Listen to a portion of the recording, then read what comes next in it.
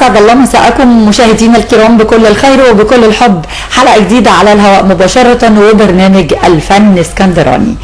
زي ما بنقول في مقدمتنا إن الفن خرج من عباءة مدينة الإسكندرية. الإلهام والبحر، البحر بيدي إلهام كده وسكينة وهدوء لكل الفنانين في جميع المجالات، سواء كان مجالات الإنتاج، الإخراج، الغنى، الطرب، الألحان. عندنا كتير قوي، والتمثيل طبعا عندنا كتير قوي من فنانينا العظام الكبار اللي خرجوا من مدينة الإسكندرية. احنا بنلقي بالضوء على هؤلاء الفنانين والفنانات، وكمان بنكشف مع حضراتكم المواهب الجميلة اللي بتبقى من مدينة الإسكندرية أو البحيرة أو مطروح. مش هطول على حضراتكم النهاردة، إنما النهاردة حلقتنا مختلفة، وانا الحقيقه بشكر معده البرنامج اماني عزت. الموضوع النهارده اللي احنا بنتكلم فيه مع حضراتكم موضوع جديد وغريب، وموضوع يمكن جديد من نوعه، وحقق جايزه في مهرجان اسكندريه السينمائي الدولي اللي كان في الشهر الماضي في مدينه الاسكندريه، او حوالي شهرين في مدينه الاسكندريه.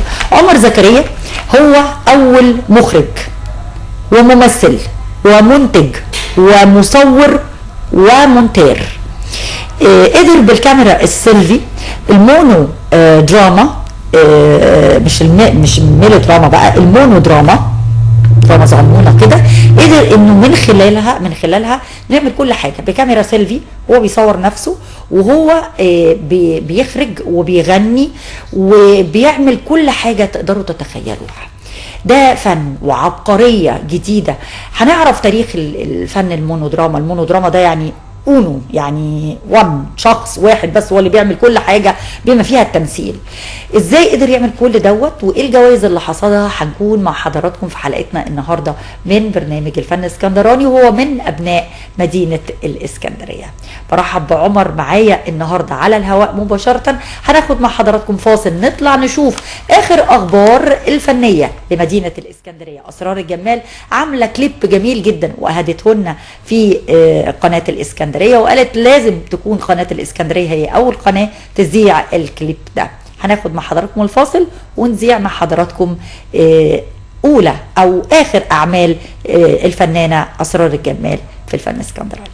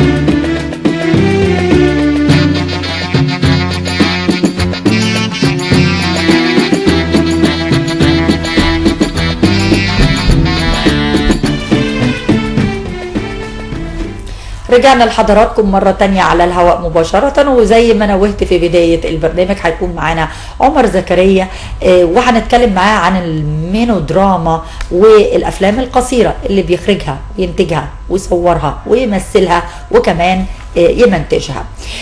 قبل ما نتكلم ونرحب بضيفنا عمر زكريا على الهواء دلوقتي حالا ونشوف جزء من أعماله، خلينا نطلع مع حضراتكم ونشوف أسرار الجمال وآخر الأغاني الجميلة اللي قدمتها لنا واللي أهدتها لقناة الإسكندرية، ونرجع مرة تانية.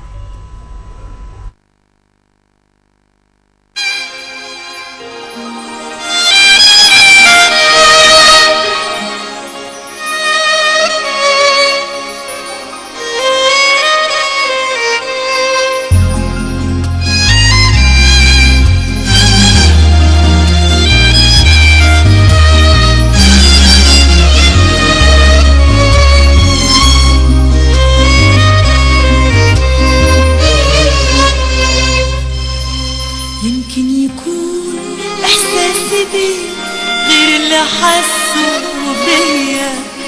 يمكن ما كنش كل شيء ليك لكن انت كل شيء ليا. حبتني ولا ما حبتنيش كفاية عيش ثواني معاك. لو كان ده حلم ما تصحنيش خلينا انام في حضن هواك. من غير ما احس حبيتك من غير ما احس اتمنيتك مع انك عايش مع غيري ولا شاغل نفسك يوم بيا. يمكن فاكراك وناسيني لكن حبك مدفيني. ولو هتعيش بعيد عني كفاية تكون عايش فيا. رجعنا لحضراتكم من جديد مشاهدينا الكرام، وزي ما شفنا جزء من الفنانة أسرار الجمال وأغنيتها اللي نزلناها لها دلوقتي على الهواء مباشرة، الصوت الدافي الحنون، وهي دلوقتي معانا على التليفون. مساء الخير يا أسرار. ألو. الو مساء الخير، ازيك؟ مساء الخير أميرة، وحشتيني. انت فين؟ انت اكتر. انا في القاهرة والله حاليا بعمل لحن كده مع ملحن سعودي الاستاذ ابو عبد الله علام. حاليا يعني قريبا هتسمعي اسرار بتغني كمان للوطن العربي كله. يا ريت يعني مخرجنا محمد الحفناوي يعلي لي الصوت شويه لاني مش سامعه. اوكي. ايه اسرار انت في القاهره مع الملحن السعودي باغنيه سعوديه ولا اغنيه مصريه؟ لا اغنيه مصريه. هو عامل عمل كبير لمصر وبيجمع فيه كمان يعني معايا مطرب كمان سعودي. ايه الو اماني اميره. الو معاكي يا اميره، معاكي. وحشتيني واسكندريه وحشتني جدا بجد يعني. انت كمان وحشتينا. قولي لنا اخر اعمالك الفنيه ايه يا اسرار؟ اخر اعمالي كان عندي حفله اول امبارح تبع الاوبرا، كانت في فوكاس الغوري. كنت بقدم مجموعه من اعمالي، قدمت السكينه، قدمت كرهتك قوي، قدمت يا مصري ام الدنيا من اعمال بتاعتي بعشق كلامه. وكان احتفالا طبعا بذكرى ليلى مراد، غنت لها حاجات كتير، سنتين وانا حيل فيك، غنت لها يا مسافر وناسي هواك والحب جميل، ومجموعه اغاني كانت ليلى مراد. الحمد لله دي اخر حفلاتي كانت في الاوبرا وكالة الغوري. وحاليا بستعد بقى لمجموعه اعمال، بسجل السجينه وبسجل وبحفظ اللحن الجميل اللي عملوه لي الاستاذ عبد الله علام. فده الجديد اللي بعمله يعني. بالتوفيق ليك يا رب. الاغنيه جميله اللي انت هديتيها لتلفزيون اسكندريه، الكليب اللي سويتيه احساس غريب. احساس غريب. لحن ايهاب. اللي هي لحن ايهاب الدين طبعا، هو بيشاركني الغناء طبعا. وكلمات احمد جد الله، مش كده؟ دي كانت اخر كليب ليكي مش كده؟ مظبوط مظبوط مظبوط مظبوط. مفيش حاجه جديده للكليبات ناويه تعمليها؟ الايام الجايه في طبعا السكينه انا بخلص فيها يعني بقدر. لا انا بحب، انت عارفه المفردات، ببحث دايما على الكلمه الجديده. فدي حاليا انا بستعد بخلص منها في الاستوديو وهتتصور قريبا. وبعمل اللحن الجميل اللي عملوه لي الفنان الكبير السعودي الاستاذ عبد الله علام. كنت هيسلم عليك، هو عايز يسلم على اسكندريه واهل اسكندريه ونتكلم ونتواصل. سلمي عليه اهو. معايا. الو الو.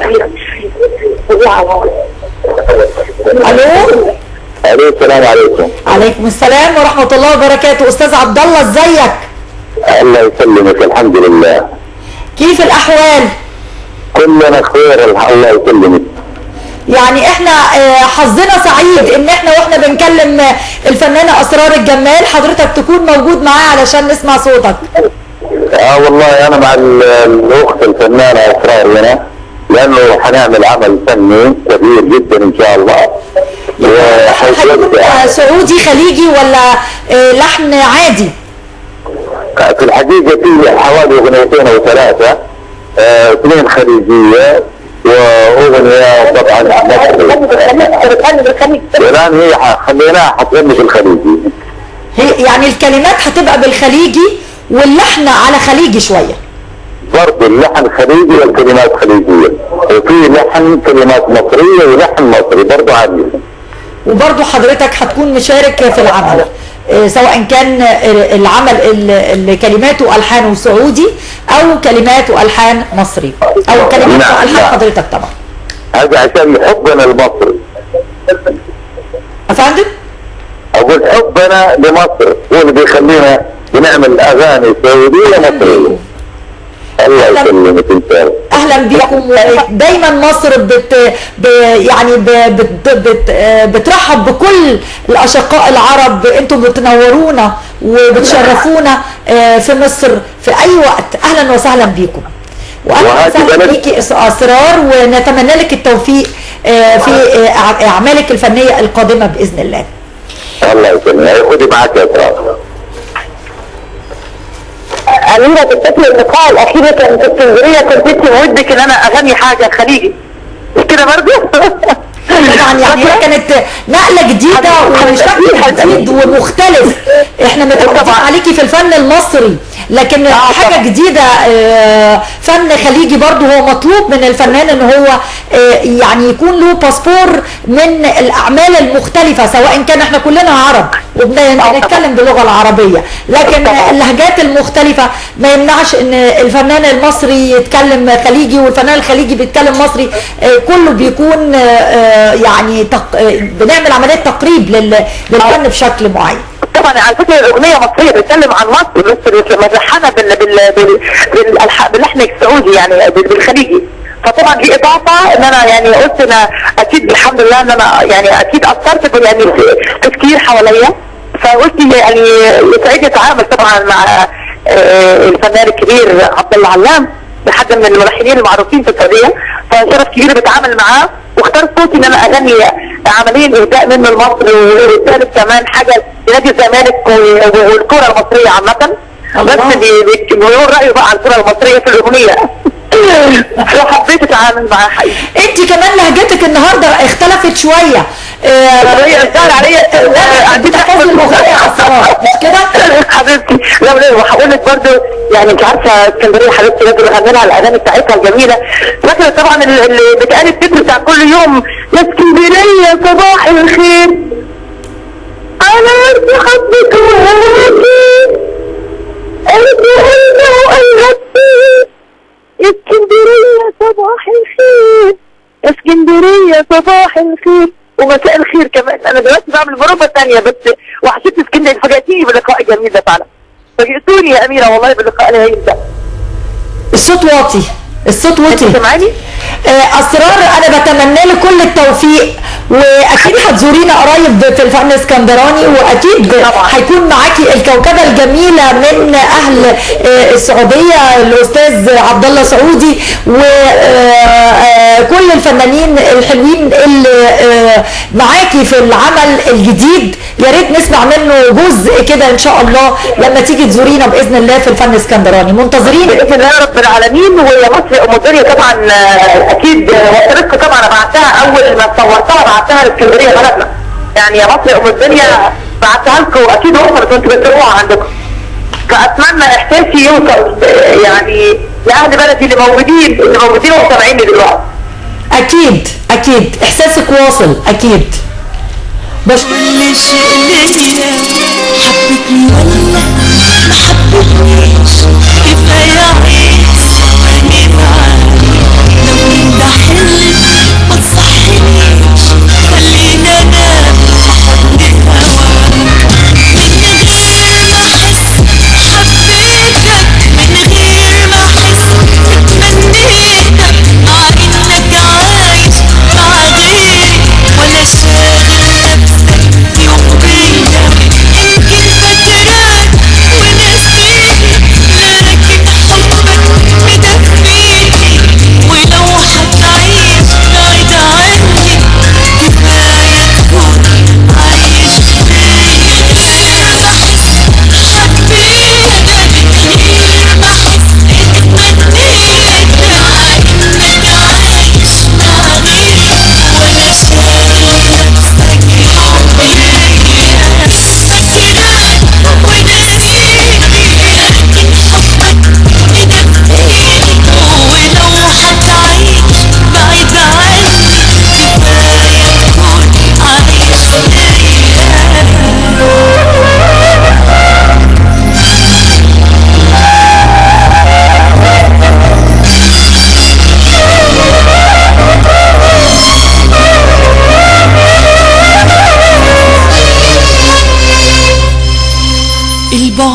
منك صدقني صعب قادر تحس بعذابي مش عايزة منك غير بس قلب يفتكرني في غيابي أحلام بعيدة ومش أكيدة بس الحقيقة جوايا مفيش منها غير كلمة واحدة هقولها ليك انت معايا من غير ما احس حبيتك من غير ما احس اتمنيتك مع انك عايش مع غيري ولا شاغل نفسك يوم بيا يمكن فاكراك وناسيني لكن حبك مدفيني ولو هتعيش بعيد عني كفاية تكون عايش فيا بحس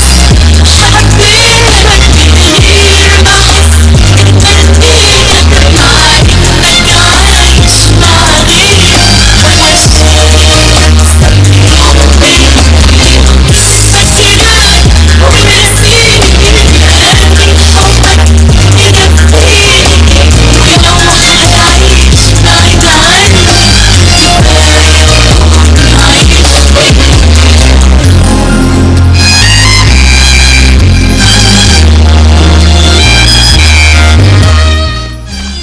بس تلاقيه جايب مني دلوقتي تاني.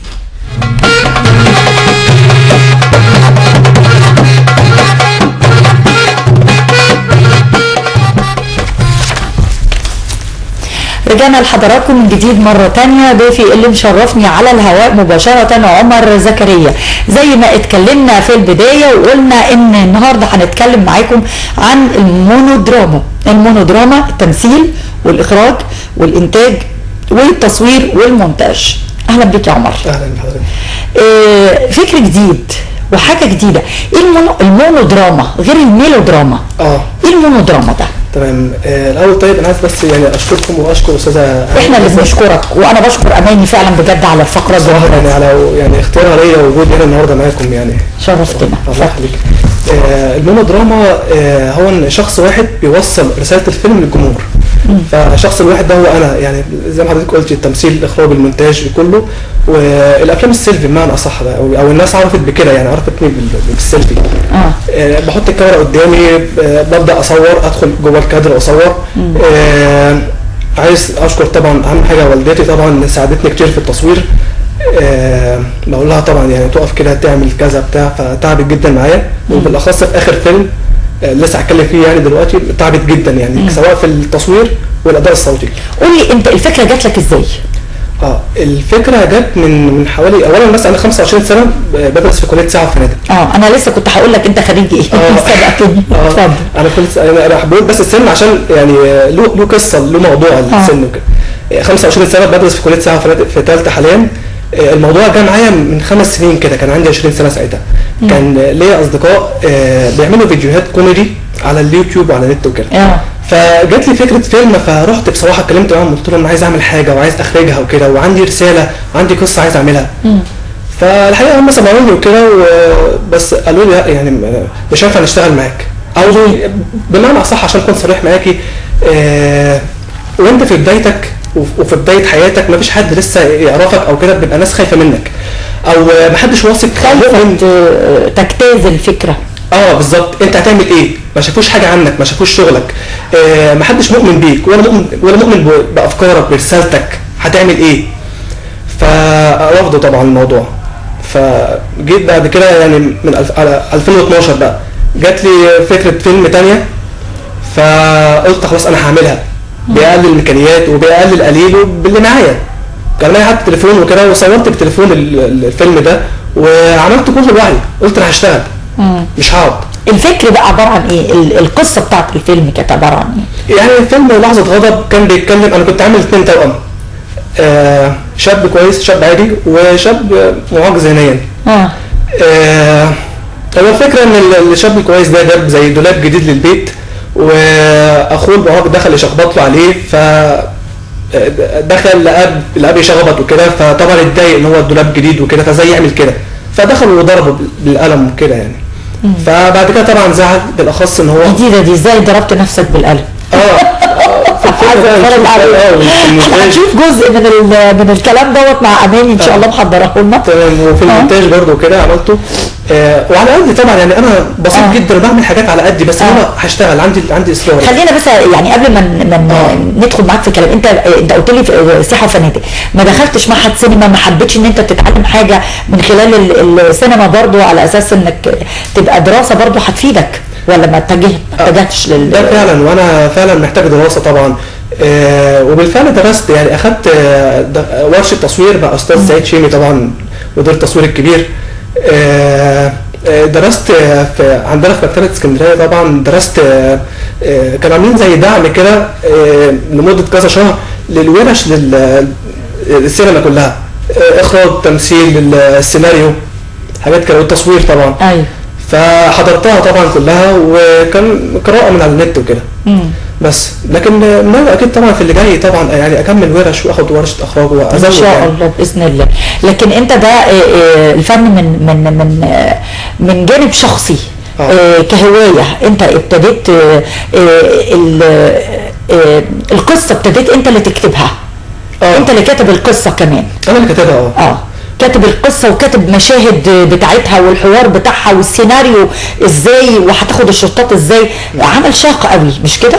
ده حقيقي. بس يعني انا بس برضه بيزهق ان البني ادم يبقى لوحده، معهوش حد يشاركه في الرأي او كده، ولا حتى فني، معكش فني يشيل الكاميرا كاميرا زغنطوطه قد كده مش كده؟ ما جبتهاش النهارده معاك. لا ما جبتهاش الحقيقه، بس هو الفيلم ده كان فيلم تليفون. وكانت بيساويني زي ما قلت والدتي، يعني والدتك اللي كانت بتساعدك في التصوير. يا اما بحط الكاميرا قدامي، يا اما كان والدتي لو في مشاهد او حاجات محتاجه حركه او كده، فكنت بستعين بيها بصراحه، وكنت بدوخها معايا يعني. بس الفيلم بياخد مني تصوير يوم، ببقى من 6 الصبح لغايه ده نقطه ضعف. الفيلم ده نقطه ضعف. لا ده لحظة غضب بقى. ده لحظة غضب. ما احنا لسه بنتكلم في أول فيلم يعني. ده أول فيلم لحظة غضب. لحظة غضب إنما الفيلم الثاني اللي هو نقطة ضعف. نقطة ضعف. تمام. احنا محضرين إيه يا أماني؟ نقطة ضعف. طيب نكمل معاك. تمام. نقطة ضعف. نقطة ضعف عملته في 2013 تمام، السنة اللي فاتت. والقصة بتاعته هي القصة اللي أنا كنت بحكي لأصحابي عليها وأنا عندي 20 سنة. لما بدأت بقى لحظة غضب وقلت خلاص أنا بشتغل لوحدي وبعمل السيلفي. طبعا في 2012 يعني كان لسه ما نعرفش السيلفي ايه والصور والكلام ده، يعني ما كانش فيه الكلام ده لسه يعني. بس فجيت في 2013 عملت بقى الفكره ديت، و يعني او استحضرتها من لحظه غضب، خلاص انا هشتغل لوحدي واعمل سيلفي وكده. بس عملت بقى القصه دي، وبرده كانت 2 توأم، الخير والشر، او نقدر نقول يعني شاب طيب وشايف حياته صح، يعني واقف قدام المرايه على طول وشايف نفسه كويس، والتاني مدمن شويه كده وبيضرب حقن وحاجات كده يعني. بس وبيبدا يشتغل ديلر عشان يجيب فلوس للحاجات اللي بياخدها، وفي اخر الفيلم بتبقى يعني في زي نهايه كده يعني، او معظم يعني عايز اقول النهايه اللي بعملها بتبقى نهايه سوداء في الغالب، لان ده واقعنا، والواقع بتاعنا للاسف لو اتكلمنا عليه هنتكلم كتير يعني. الواقع بتاعنا صعب مؤلم. فمعظم اللي بعمله قد ايه الوقت العمل ده؟ برضه كان يوم. كام يوم؟ لا كان يوم واحد. يوم واحد صورته؟ صورته في يوم واحد. كان يوم واحد. كتبت في قد ايه؟ في يوم؟ لا طبعا ده هو مش معقول. لا كان له قصه كده يعني. انا بعد كتبت فيه مثلا حوالي، او نقدر نقول يعني المده اللي كتبت فيها كان ب6 شهور تقريبا. كان 6 شهور بحضر السيناريو ده وكده، بالخاص انا شغال لوحدي. وصورته في يوم واحد. وصورته في يوم واحد. مشاهده كانت فين؟ كانت كلها في البيت، وبالاخص كانت في اوضه واحده. اللوكيشن كله في اوضه واحده. وعرفت توزع الاضاءه مظبوط، وتوزع الصوره بحيث انها تبقى طالعه مظبوطه وكده؟ يعني حاولت طبعا على قد يعني، وانا عارف ممكن يكون في حاجات في غلط وانا عارفها، بس يعني ساعتها ما كانش عندي فكره او كده او معلومات ان انا اشتغل ازاي يعني. بس فحاولت طبعا على قد برضه. كانت امي برضه اللي كانت بتساعدني وكده في نفس الموضوع. ربنا يخليها لك. بعد ما بتخلص الفيلم بتمنتج بقى؟ بتقعد تمنتج وتظبط، وبعد كده بترفعه على اليوتيوب، ولا يعني حبيت ان انت تشارك بيه في بعض المهرجانات؟ ما هو زي ما قلت التصوير في يوم، يعني مثلا من 6 الصبح ل 6 بالليل او كده، غالبا ببدا من 6 يعني. والمونتاج برضه بيطول شويه يعني. نقطه ضعف اخذ مني مونتاج حوالي 3 شهور 3 شهور او 3 شهور ونص حاجه زي كده يعني. بس انا كنت عايز كمان احكي حاجه برضو. طب نشوف جزء من الفيلم ونرجع تاني نكمل معاك بقى الحديث الشيق ده، نتعرف اكتر على المونودراما مع عمر زكريا.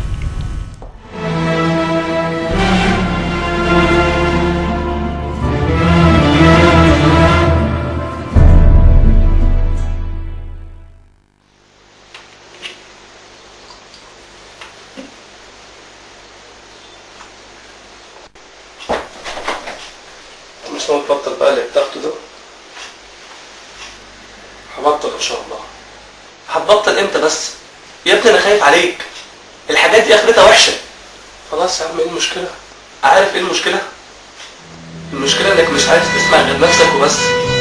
ده انت حابب الموضوع ومستمر فيه مع انك عارف انه غلط، ومع ذلك بتعمله وخايف تعيش الواقع او تواجه الحياه. طب تهرب القرف اللي بتاخده مع ان غيرك يتمنى يعيش مكانك ولو يوم. هي دي حياتك؟ انت ضعيف بجد، ضعيف. فكك بقى، ما تعملهاش حكايه. المهم خطوبه معتز كمان اسبوعين، كلمني وعزمني ولازم تيجي، ده موصيني. ماشي.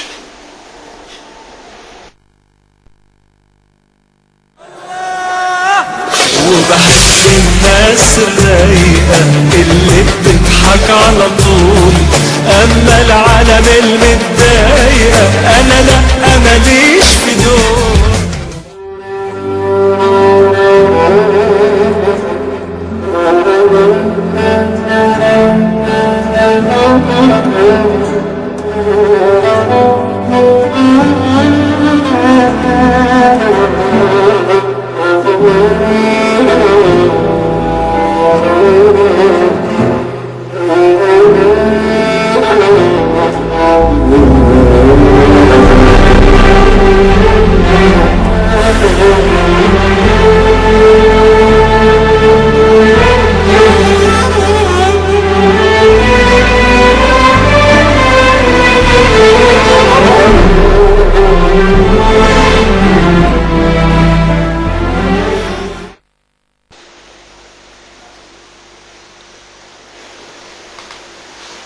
الو، ايه يا باشا؟ امورنا يا باشا. تمام تمام. والتنفيذ امتى؟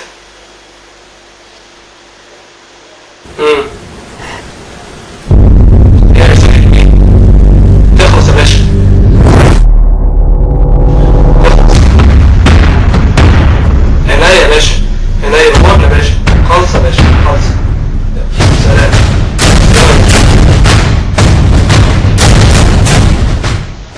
ايه اللي انا بسمعه ده؟ انت ناوي على ايه بالظبط؟ في ايه؟ انا مرجع للناس حقها. حرام عليك، كفايه بقى.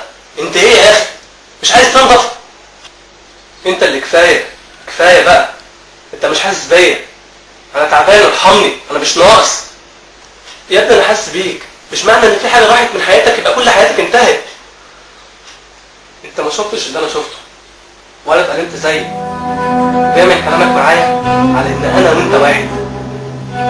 احنا فعلا توأم وفعلا شبه بعض، بس من بره انا حاجه وانت حاجه، ودماغي غير دماغك وحياتي غير حياتك، ومستحيل نبقى زي بعض. كل الحكايه ان انت اخترت تكون كده، وانا كمان اخترت اكون كده. يمكن يكون عندك حق في كل اللي انت بتقوله، ويمكن اكون بعاملك على ان انت انا، بس ده لاني فعلا خايف عليك وبحبك بجد، ونفسي تكون احسن مني وتبطل كل ده. كون ان انت اخترت تكون كده فده بمزاجك، ممكن تبعد عن كل ده برضه بمزاجك. الموضوع كله محتاج اراده منك. المدة كده اتعرضت لمشكلة كبيرة وانت تعرفها كويس، واتعرض عليا في وقتها حاجات كتير قوي وفلوس اكتر، طبعا بطرق غير مشروعة. كنت هبقى واحد تاني خالص. وساعتها قعدت ادور على آية من كتاب ربنا تطلعني من كل ده.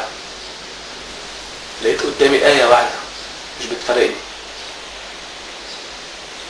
ومن يتق الله يجعل له مخرجا. وفعلا المشكلة اتحلت لوحدها مع الوقت، والموضوع كله كان محتاج شوية صبر، لأنه كان اختبار من ربنا. وأنا بحب النبي لأنك فعلا ده.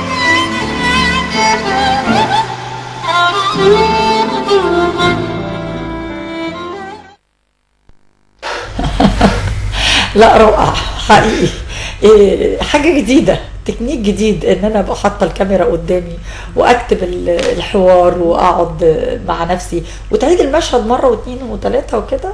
طبعا يعني بتعيده اكتر من مره وتتفرج على نفسك وتشوف ان كان المشهد يعجبك ولا ما يعجبكش، وممكن تاخد اول مشهد او تاخد جزء من المشهد تاني ولا ايه؟ فعلا بالظبط. يعني ببدا اصور، او لو والدتي بتصورني او كده بشوف المشهد ايه وخلصه واروح اشوف الكاميرا، الكادر مثلا بايظ او في حاجه او اللي انا عملته مش حاسه، لان اهم حاجه انا بعمل كل حاجه باحساسي بصراحه. يعني الحاجه لو حاسسها قوي وجات لي جوه كده زي تكه واشاره ان انا الحاجات دي مؤمن بيها وطالعه من قلبي، بتوصل قلوب الناس يعني. ويا رب تكون بتوصل يعني على قد يعني. بس فبخلص وبشوف الكاميرا، اشوف المشهد عامل ازاي وكده، مقتنع بيه تمام بكمل. بس مش مقتنع بيه بتعيده تاني؟ بعيده تاني. طبعا مرتين ثلاثه 10. مشهد عدته عده مرات، وقولي بقى المشهد اللي ضربت فيه نفسك بالقلم ده كان ازاي؟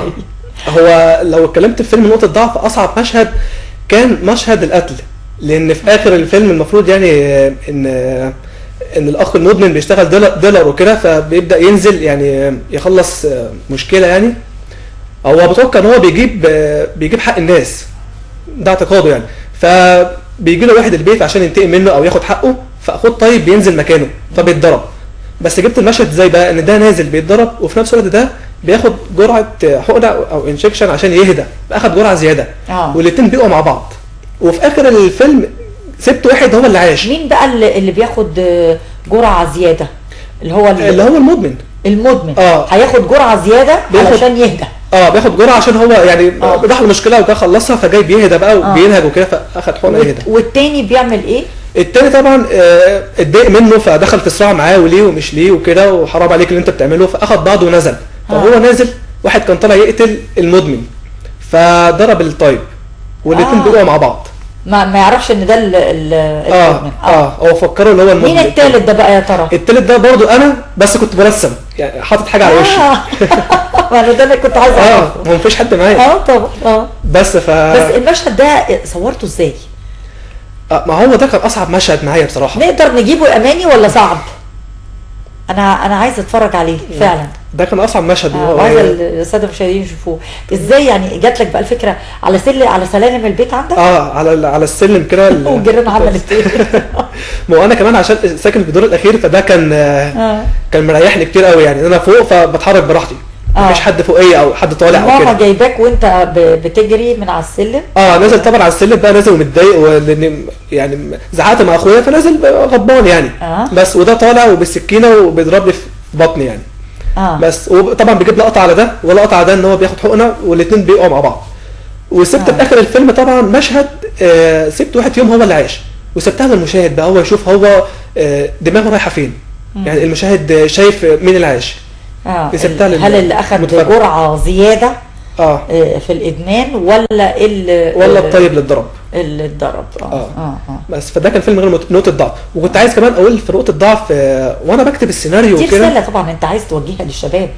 طبعا عايز تقول من خلالها مفيش يأس. ما ينفعش ان احنا نيأس او نبقى قلقانين من بكره، لان كل حاجه بايد ربنا، وكل حاجه من خلال عملك انت يا بني ادم، انت اللي هتقدر توصل لبر الامان بنفسك يعني. بالظبط. ومن خلال قوتك وايمانك بالله. بالظبط فعلا. يعني انا حتى معظم اللي بعمله بيبقى فيها رساله، سواء اي فيلم بعمله لازم فيه رساله، ورساله نضيفه، رساله عايز اوصل فن راقي، عايز اوصل حاجه للناس، الناس تتفرج عليها يعني. الناس حتى كمان تفتكرني بيها بعد كده. لان انا يعني كمان كنت عايز اقول انا يعني من 5 سنين وانا عندي 20 سنه، بالاضافه ان انا كنت بكلم صحابي وعايز اعمل حاجه. فكره الافلام اصلا جات لي ازاي؟ ان انا جوايا طاقه او جوايا شحنه ما عايز اطلعها في الفيلم. وجوايا احساس عايز اطلعه. بالاضافه ان انا في السن ده او في الفتره دي حصل لي حوادث كتير جدا، فيعني كذا مره حصل لي حوادث كتير، يمكن الموضوع ده اول مره اقوله في البرنامج ده يعني. فحصل لي حوادث كتير وكده، فحسيت ان انا خلاص يعني قربت جدا من الموت، هموت. بالشر عليك ليه بس؟ بجد ده حقيقي. صنعت من احساس بانك انت هتموت، احساسك يعني الجميل اللي جواك او الشيء الطيب اللي جواك خلاك تعمل شيء كويس. ده حقيقي. ونجحت من خلاله الحمد لله. طيب قول الو على التليفون، شوف مين اللي معانا دلوقتي. الو. السلام عليكم. عليكم السلام ورحمه الله وبركاته. ازيك؟ ازي حضرتك؟ عامله ايه؟ مامة عمر طبعا عرفت صوت مامة. اهلا وسهلا. والدة عمر مع حضرتك. اسم حضرتك؟ والدة عمر مع حضرتك. اسم حضرتك ايه؟ ايمان. مهندسة ايمان. مهندسة ايمان. ايوه مهندسة ايمان، اهلا وسهلا بيك يا باشمهندسة. اهلا بحضرتك والله، وانا متشكرة قوي قوي قوي، يعني متشكرة قوي والله على انكم اخترتوا عمر في انكم تستضيفوا النهارده، متشكرة قوي يعني. احنا بنشكر حضرتك على انك جبت لنا عمر هذا الفنان الجميل، وكمان بنشكرك ان انت ساعدتيه. الحمد لله العالمين والله، ده واجب اي ام يعني. يا استاذة ايمان، يا باشمهندسة ايمان، تعبتي معاه كتير في التصوير مش كده؟ جدا جدا جدا جدا والله، جدا لدرجه اني كنت بزهق، لدرجه يعني يفضل يقول لي عيد المشهد مره واثنين وثلاثه وعشره، بتعب جدا ونقول له يا عم خلاص انا مش قادره اشوف حد بيفهم في الكاميرا، انا مش قادره افهم. والله ببقى خلاص مش قادره يعني استوعب اكتر من كده، وفي الاخر الحمد لله بيرضى يعني بافضل صوره، يعني اصور له مشاهد كتير ويرضى بافضل صوره، بقى يقول لي سيبي دي بقى انا هختار افضل صوره ومنتجها واطلعها يعني. اكتر مشهد كان صعب معاكي بقى في التصوير؟ لا، هي المشاهد اللي بتتعبني اكتر في التصوير لما بيبقى مشهد بيبقى خلفه، بيبقى من وراه مثلا اللي هو ايه يعني نور الشمس، اضاءه، لما بيبقى وراه نور الشمس بيبقى الصوره مظلمه عليه فما بعرفش اظبطها قوي، يعني بحاول ان انا اجيبها اضاءه على قد ما اقدر انها تبقى واضحه. فهي دي اللي كانت بتتعبني صراحه، كل مره ما بعرفش اجيبها، انا الصوره يعني تضلم معايا شويه. باشمهندسة ايمان، مفيش مره قلتي فيها لعمر ايه ده اللي انت بتعمله ده مضيعه للوقت؟ صراحة أنا في الأول قلت له كده صراحة يعني. صراحة يعني في الأول قلت له عمر لا سيبك من الكلام ده وسيبك من الكلام الموضوع ده يعني، وأنت كلها يعني حاجات بتعملها حاجات بسيطة، مش هتجيب نتيجة معاك، ويعني اتكلمت معاه بالطريقة دي. فقال لي ماما طب يعني هجرب واشوف يا ماما، اديني بطلع اللي جوايا. وبعدين مثل عمر يعني مر يعني حوادث كتير، حصل حوادث كتير، مر بظلم كتير كده، فعايز يطلع كل الاحاسيس اللي جواه وكل المشاعر الحزينه اللي جواه. فانا اعتبرتها كهوايه مجرد ان هو بيثبت عن نفسه. فبعد كده بقى لما لقى فيه مهرجان اسكندريه وان هو هيشترك فيه وكده، فاشترك فيه وما شاء الله نجح، فواخد مركز اول زي مستوى اسكندريه، فرحت جدا جدا جدا. قال لي شفتي بقى يا ماما ما كنتيش معترفه بافلام، ما كنتيش معترفه ان انا بعمله. فالحمد لله رب العالمين. ده اللي دايما بنقوله يا مدام ايمان، الطاقه بتاعت الشباب لازم تخرج، وبتخرج بطريقه ايجابيه وطريقه جميله. صح، تطلع جميله جدا صراحه، تطلع بكل احاسيسهم وبكل مشاعرهم، ويعني بيبقى احساس صادق فعلا يعني. فالمفروض ان احنا ما نيأسش ان احنا نديهم دفعه للامام، ما نقولهمش لا، ما نعترضش على اللي هم بيبقوا عايزين يعملوه، طالما يعني حاجه تستحق الخير ما نعترضش صراحه. لان هم لهم شباب بيبقى لهم وجهه نظر جميله جدا ووجهه نظر كويسه، بيبقى لازم احنا نساعدهم باي امكانيات نقدر عليها. عمر معاكي عايز يقول لك حاجه؟ ماشي، ازي حضرتك؟ ماشي. ازيك يا امي؟ ايوه يا عمر، ازيك يا عمر؟ عامل ايه؟ الحمد لله. عامله ايه؟ الله يكرمك حبيبي، الحمد لله رب العالمين. الحمد لله على مجهودك معايا في الافلام وعلى تعبك في كل حاجه والله، وعلى الله يكرمك دي والله نورت الاستوديو بصوتك. ده بنور بيكم يا ابني، الحمد لله رب العالمين، وربنا يوفقك ويجعلك في تقدم على طول يا رب، ويعوض صبرك خير ويعينك ويجعلك في احسن مناصب ان شاء الله باذن الله يا رب. دعواتك بس اهم حاجه ادعي لنا، عشان لو يعني ربنا يفتح لك الحال، حاجه بوصل بيكي يعني. ربنا يفتح لك الحال يا ابني، ربنا يفتح لك الحال ويوفقك يا رب، ويوفقك لما يحب ويرضى ان شاء الله.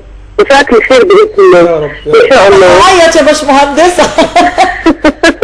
ما هو ده يعني احساس الام، احساس الام بيبقى صراحه يعني احساس الام بابنها او بنتها بيبقى الاحساس بيبقى عايزين يشوفوا ولادهم احسن الناس يعني. طبعا. فالحمد لله ربنا يوفق كل الاولاد عشان خاطر اهاليهم يعني. يا رب اللهم امين يا رب يوفق حالهم جميعا يا رب. انت كمان هتتقاسمي معاك جايزه يا باشمهندسه مش كده؟ نعم هتتقاسمي معاك جايزه بقى يا باشمهندسه. يعني اقول لحضرتك ايه، يعني هو صراحه هو يعني اللي هو يعني الجايزه يعني لما هو اخذ منها مكسب بسيط والله طويل ما رضاش ياخد. قال لي ده اقل حاجه اعملها معاكي والدتي كده يعني. لا والله الجايزه اقل حاجه اعملها بجد والله يعني. كانوا 300 جنيه. فهتدخلوا طبعا يعني اقل حاجه يعني لا بس هو العائد مش المادي الايجابي والاحساس بالنجاح ده كان افضل حاجه. انا بيحضرني ان كان في مره ريبورتاج انا سمعته عن الفنان الكبير العالمي دلوقتي خالد النبوي. خالد النبوي كان في بدايه حياته والده قال له انت فاشل ومش هتنفع، وجي لما حضر له الفيلم بتاعه وقد كده نجح. هو ده كان الكلام ده كان بيقوله خالد النبوي، بيقول والدي بكى وقام جاي في الاخر قال لي انت هتطلع حاجه كبيره قوي. فكتير جدا من يعني الوالدين بيبقوا غير راضيين عن الاعمال الفنيه، وبعد كده لما بيلاقوا وبيقولوا ان ده عطله للوقت وبيبقى حاجه مش يعني مش مستحبه، ايمانا منهم بان العمل الاكاديمي والدراسه عبر الكتب هي اللي صحيحه يعني. وبعد كده لما بيلاقي الفن فعلا جاب نتيجه وهو فعلا انسان موهوب بيعرف ان ابنه كان حاجه مظبوطه يعني. بالظبط فعلا يعني حتى في بدايه حياتك او كده يعني وانت عايز تعمل حاجه او جات لك فكره ما يعني بيبقى طبعا كل اللي حواليك شايفينك يعني انت بتعمل ايه ومضيع للوقت فعلا، ويعني كبر دماغك من الكلام ده، في حاجات ثانيه اهم، ركز في دراستك، ركز في حياتك، محدش شايف انت عايز تعمل ايه. يمكن اطلع حاجه تنجح، يمكن اطلع حاجه اثبت بيها للناس وجودي، عايز اثبت نفسي. صحيح. انا بحييك يا عمر، بحييك وبشكرك فعلا. وانا احب دايما نشجع كل شاب بطاقته الايجابيه، الطاقه اللي جواه يحولها لطاقه ايجابيه. هنطلع معاكم نشوف جزء من الفيلم الثاني للفنان عمر زكريا، ولازم اقول لك فنان لانك انت فنان بمعنى الكلمه. نشوف معاكم جزء من الفيلم.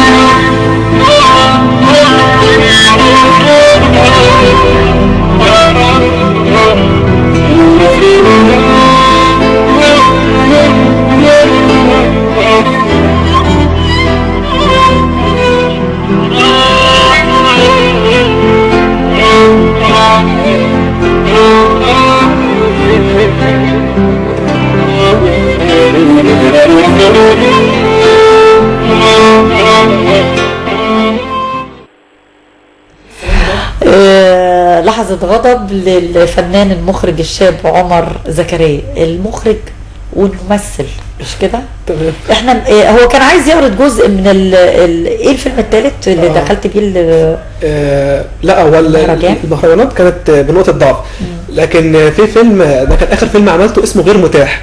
غير متاح. نزلته حتى على اليوتيوب. قول لي بسرعه كده قبل ما نختم البرنامج، انت ايه المهرجانات اللي شاركت فيها؟ تمام. شاركت في 3 مهرجانات. مهرجان ابداع 2، ابداع 2، تمام، اللي كانت منظماها وزاره الشباب، وانا عايز اقول ان ده اللي خدت فيه الجائزه. ده اللي خدت فيه مش مهرجان اسكندريه الدولي، ده اللي خدت فيه مركز اول اسكندريه. واخدت فيه يعني 300 جنيه وخدت شهاده تقدير، و300 طبعا حطيتهم طبعا لامي، يعني اقل حاجه ممكن اعملها، ويعني حاجه يعني طبعا لا تذكر يعني بالنسبه للي هي بتعمله طبعا. وشاركت في مهرجان الاسماعيليه الدولي، كان على هامش المهرجان. وشاركت في مهرجان الاسكندريه الدولي، ده كان شهر 9 شهر سبتمبر اللي فات. ايوه. بس اخدت شهادات تقدير وكده، لكن الجائزه خدتها في ابداع 2، ابداع 2.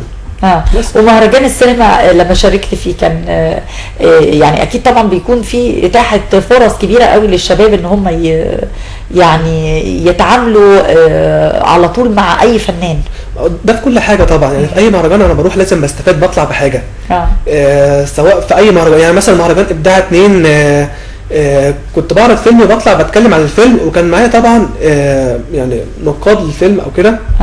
فيعني طبعا عايز طبعا يعني اذكرهم استاذ احمد حسين مدير التصوير، استاذ هاني خليفه المخرج، استاذ سعد هنداوي، طبعا بشكرهم جدا، وفادوني كتير. قالوا لي طبعا انت كنت لازم تعمل كده بدل كده، تخلي بالك من هنا، ويعني قالوا ايجابيات وقالوا سلبيات. بس والسلبيات طبعا اللي قالوها يعني كان في بعض مشاهد كده في التصوير كانت محتاجه تتظبط شويه، وان انا عامل كل حاجه لوحدي. ده كان السلب. والايجاب ان انا عامل كل حاجه لوحدي، فازاي انت عامل كل ده لوحدك، وفي دماغك السيناريو، وفي دماغك الافكار والاخراج، وفي دماغك انك هتمثل ازاي. جديد. ايه المشاريع الجديده اللي عايز تعملها يا عمر؟ والله يعني انا حاليا بحضر لكذا حاجه عايز اعملها تاني، وعايز كمان ابدا اشتغل مع ناس، لان كمان فعلا السينما ما ينفعش تشتغل لوحدك. بس انت عملت عمل جريء جديد علشان عايز اقول للناس بالظبط، عايز يعني بصراحه كنت بسقط الضوء عليا، عايز اقول للناس انا هنا، انا موجود، انا بعمل حاجه، بص عليا، انا عايز اشتغل، عايز اعمل حاجه. هتكمل دراستك في السياحه والفنادق، وهتدخل معهد السينما ولا معهد فنون مسرحيه؟ لازم طبعا لازم طبعا دراسه بعد الكليه طبعا، بالاضافه للورش. ما تكسلش. لا اكيد طبعا لازم دراسه، يعني انا حتى لو انا عندي موهبه على حد القول يعني لازم اثقلها بالدراسه علم بقى، عشان اعرف بعد كده هعمل ايه يعني.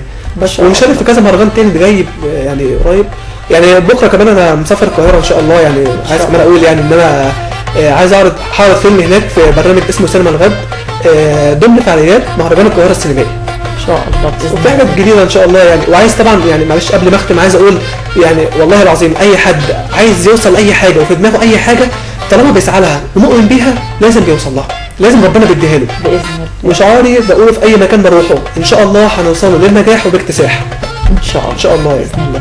بشكرك يا عمر، شرفتني ونورتني ونموذج مشرف لكل الشباب، ان شاء الله يا رب كده بالتوفيق وبالنجاح ليك ولكل شباب مصر يا رب باذن الله. مشاهدينا الكرام لا يسعني سوى انا اشكر حضراتكم على حسن المتابعه، والنهارده كمان انا بشكر الماكيره مريم هشام على الطله الجديده اللي عملتها لي النهارده. بشكر حضراتكم باذن الله الحلقه الجديده من الفن.